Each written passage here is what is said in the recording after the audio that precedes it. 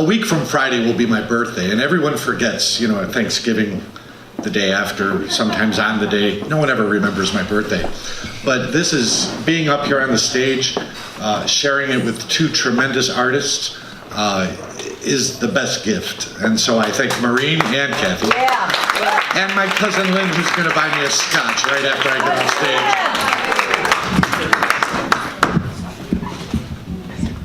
I don't have a monitor, so.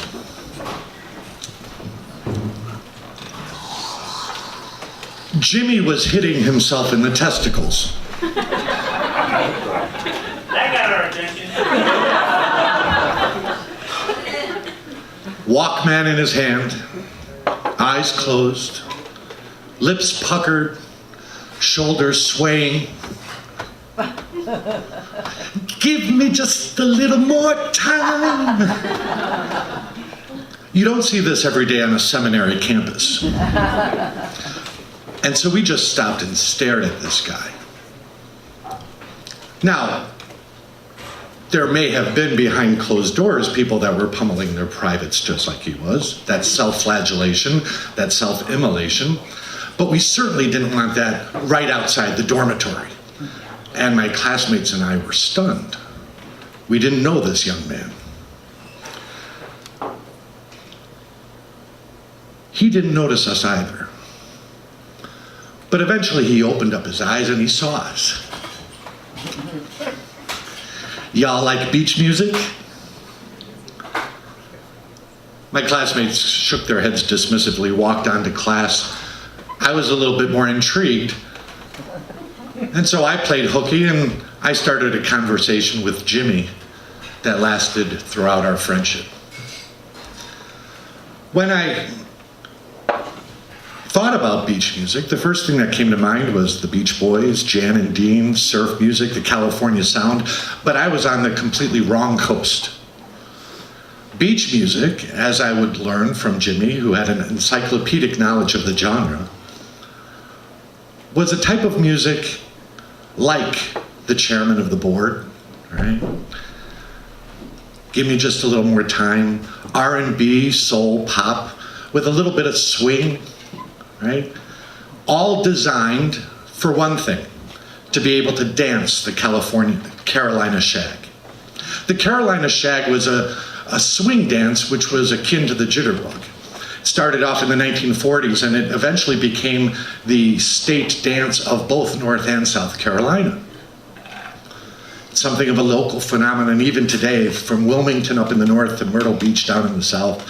All the bars on the beach, you'll find somebody that'll be playing beach music, as they call it. And people still dance this dance, whether they're elder, whether they're younger. It's a tremendous phenomenon. And it's a tremendous thing to see. But in all the time that I knew Jimmy, I never saw him dance the Carolina Shag, even though we had plenty of opportunities to see him dance. But he claimed it was his principle that he would only dance this dance. And so whenever we'd go out to bars or to dances, he was a wallflower just like the rest of us. It's 2013. It's bright and hot. I'm in North Carolina for my work. And I take a day to go to Jimmy's hometown of Fayetteville, Carolina. The small graveyard here has a peculiar charm. But underneath the surface, a lot of skeletons, just like Jimmy. His dad is buried here. There's not much of a crowd in the cemetery. Jimmy always could blend into any crowd, nondescript, physical. And here he's only distinguished by the graven letters giving his full formal name of Demetrius Stathopoulos, his birth year of 1961, and the year of his premature death. Jimmy came to Boston, where my seminary was, for addiction counseling. He wasn't a seminarian, but a professor of mine had arranged for Jimmy, a relative, to come and live on our campus. He arrived with but a single suitcase, a couple of guitars, a Martin 12 string and a 61 Stratocaster, a couple of Horner mouth harps. His air guitar may have been bizarrely funny, but the kid could really play the real thing. As I would come to learn, Jimmy grew up in North Carolina, but far from the beach. As a very young child, he took up guitar, was something of a prodigy. Then he took to playing in bands. Then he fell in love with beach music. So he quit school and he moved to Myrtle Beach in the South. There he fell in love with a young girl who then introduced him to his first true love, cocaine. He eventually hit rock bottom and was lucky to have family that got him the help that he needed and wanted. So Boston was a clean start. While we were friends, Jimmy had stayed clean. His vices were reduced to only chain smoking, occasionally drinking a bit more than necessary, as he put it, and perhaps sleeping with too many inappropriate women, as he would put it. But he never slept with those women on our campus, not on a seminary. He was too pious for that. He was very glad to be in Boston. He started out loving the history of the city. But he soon missed the Carolina beaches. I went to school out in Boston right out of high school here in the suburbs of Chicago. And living there for so many years caused me to develop a very deep and abiding love and appreciation for Chicago and the Midwest. Boston was a very miserable time for me. Anywhere where the word wicked is used as a positive superlative, it's probably not the place where a seminary should be. Wicked smart. My 8-year academic exile, the high point was when the Bears beat New England in the Super Bowl, my freshman year. And then I spent 7 more years missing home. I disliked the strictures of seminary, the rules. It might sound funny coming from somebody who's a priest, but the stuff they had us doing at seminary wasn't the stuff that I get to do today in a profession that I chose and love. The only practical option I had for seminary was to go to Boston. We only have one in our Greek tradition here in the United States.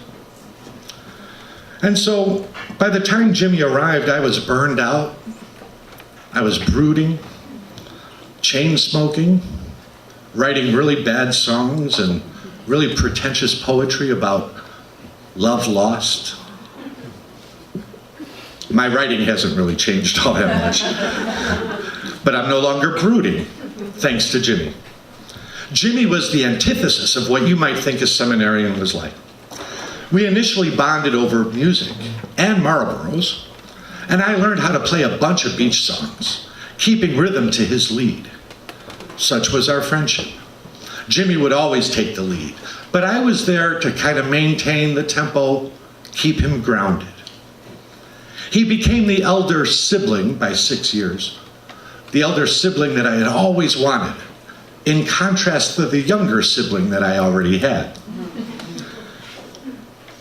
Jimmy's favorite movie was Fast Times at Ridgemont High. I was Mark Ratner. He was Mike Damone, Jeff Spicoli, and Brad Hamilton all in one. No matter where we were, Jimmy always made it to the place to be, and he said, "Isn't this great?" It didn't matter what we were doing. And when Jimmy said, "Isn't this great?" it was. I admired him, I followed him, and he taught me so many things, even if sometimes by bad example. Jimmy came to Boston to restore his mental health, but he ended up saving mine, as I would realize much, much later.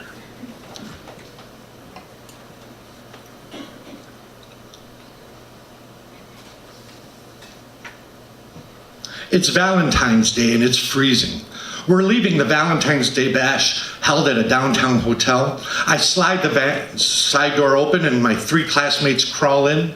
I presume that Jimmy will be getting in the back because he wants Monica, the only lady among us, to sit up front.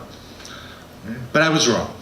Jimmy, the gentleman, wants to save the lady from the displeasure of placing her buttocks on the frozen plastic seat, and so he offers his lap. In ladylike fashion, she says that she hopes that his lap does not remain soft long. Four seminarians, Jimmy and Monica. Inappropriate women.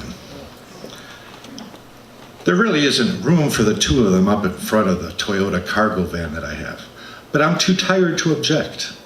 I'm heading to the expressway, usually congested and best avoided even at this late hour. But it's the quickest way back to Quincy, where the lady actually lives. I have to ascend to the elevated highway that separates downtown Boston from its famous North End. And all of a sudden, it's sleeting rather heavily. The lady giggles and wiggles as her new consort is apparently fondling her in some manner. She's drunk, and if I'm lucky, I won't end the night by having to clean her vomit off of my dashboard.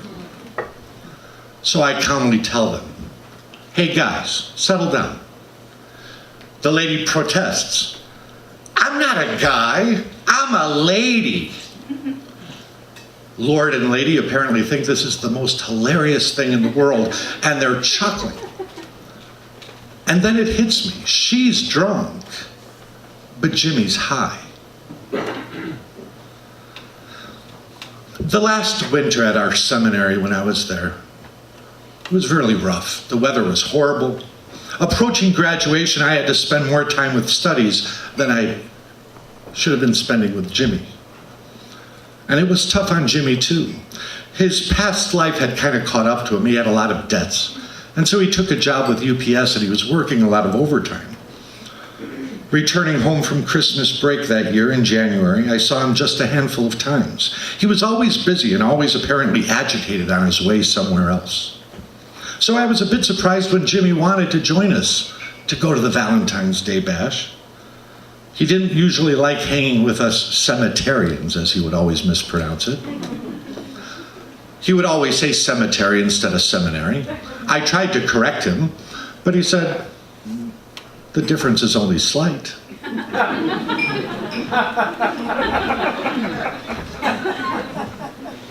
So when Jimmy wanted to go to the dance, I thought it would be great. I had noticed we'd already started to drift apart, so it would be good to hang out.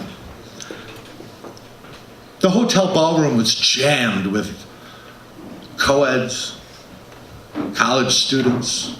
Jimmy was much older than the rest of us. But it was packed. The music was bouncing.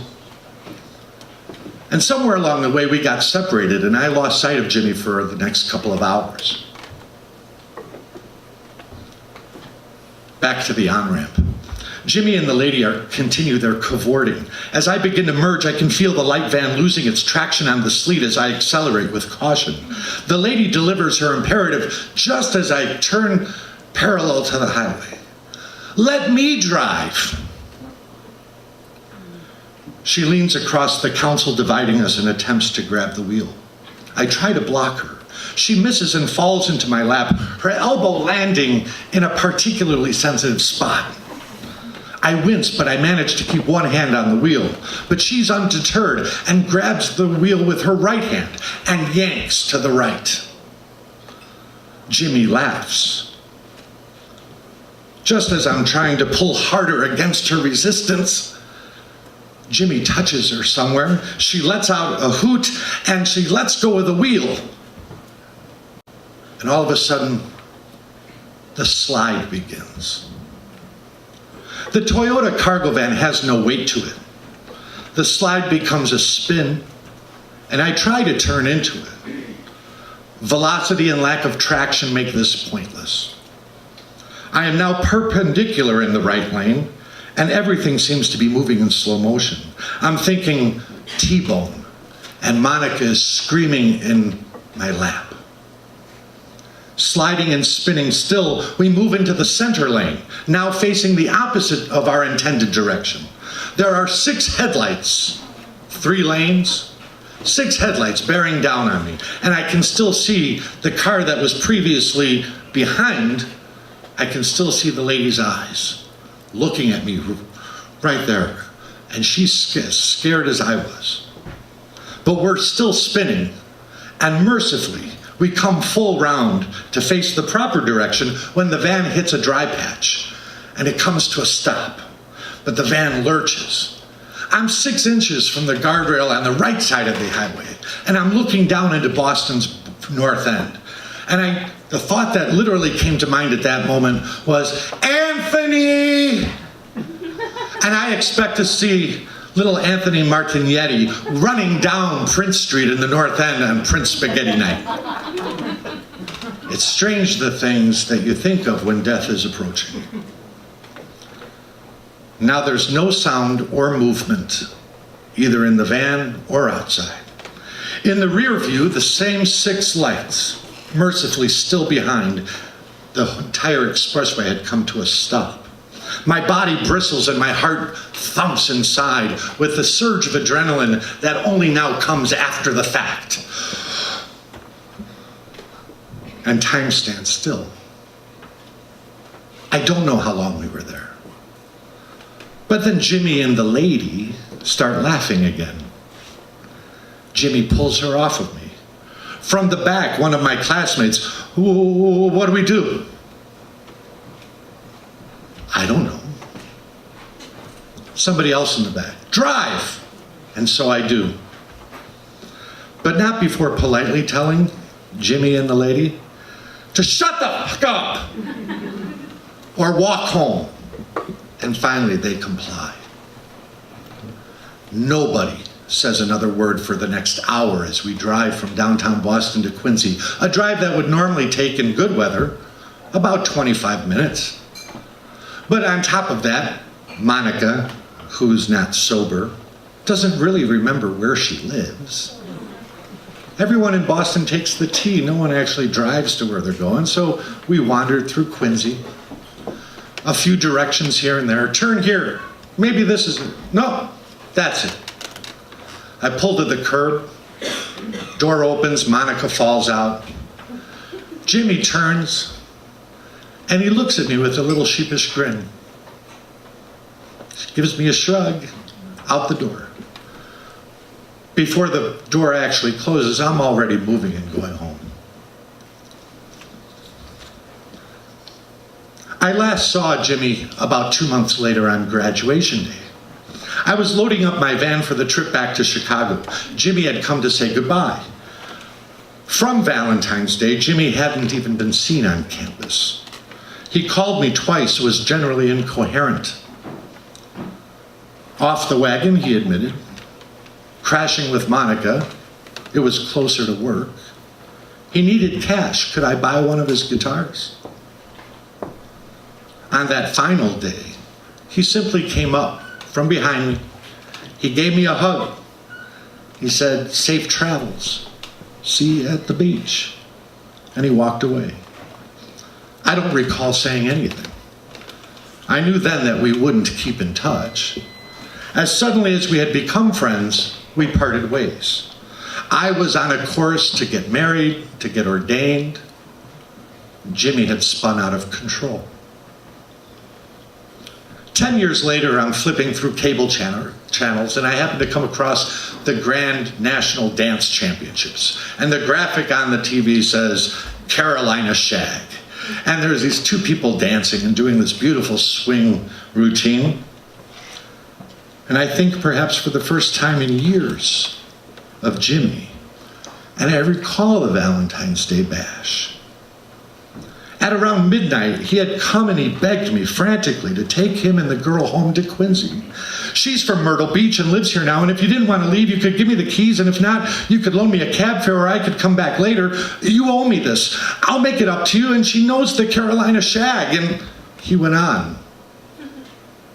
And I figured he was just excited and wanted to shag this girl in the British sense. I didn't really think anything of it. I told him we'd leave.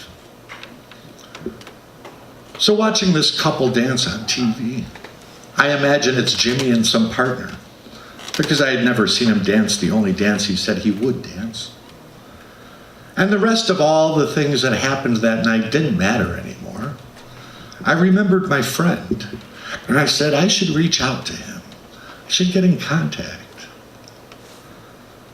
I only managed to contact his elder brother in Fayetteville, who informed me that Jimmy had died some 5 years before.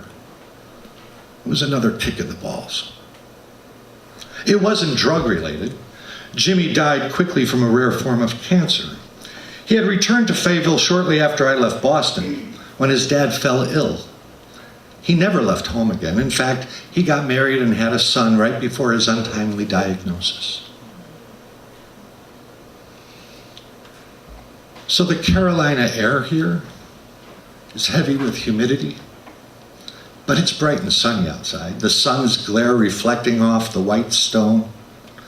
And I feel guilty just a little bit about how I left Boston, because I left Jimmy too. Then I think about how grateful I am for having him during a time so dark and difficult for me, and all the things that he brought me. I think of Jimmy playing his air guitar, and I sing a bit of that song by the chairman of the board. Give me just a little more time. And when I finish the customary memorial prayers of our church's tradition, I take off my vestment and I answer him. Safe travels. See you at the beach.